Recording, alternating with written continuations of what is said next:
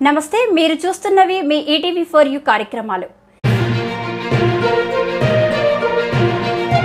భద్రాద్రి కొత్తగూడెం జిల్లా కొత్తగూడెం బస్టాండ్ సెంటర్లో గల ట్రాఫిక్ సిగ్నల్స్ పనిచేయకపోవడంతో వాహనదారులు ఇబ్బందులను గమనించిన కొత్తగూడెం పోలీస్ శాఖ అధికారులు ట్రాఫిక్ సిగ్నల్స్ మరమ్మతులపై దృష్టి సారించారు.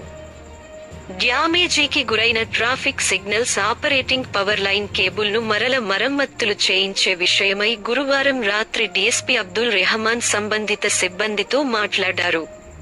త్వరితగతిన సిగ్నల్స్ కేబుల్స్ పునరుద్ధరణ పనులు మొదలు పెట్టాలని సంబంధిత సిబ్బందికి సూచనలు చేశారు.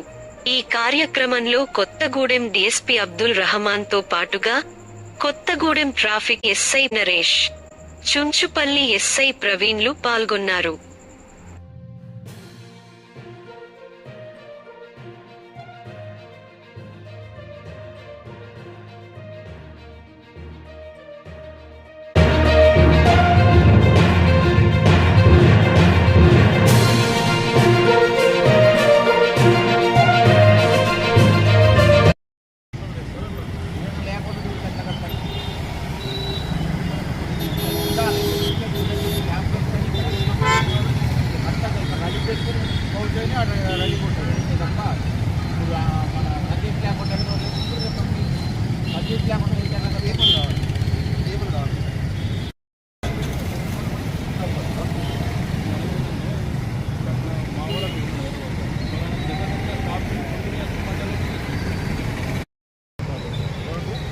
ప్రాబ్లమ్స్ కూడా వెళ్తూ ఉంటుంది సార్.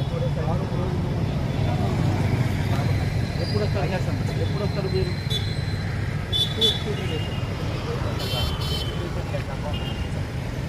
వేస్తారు రేపు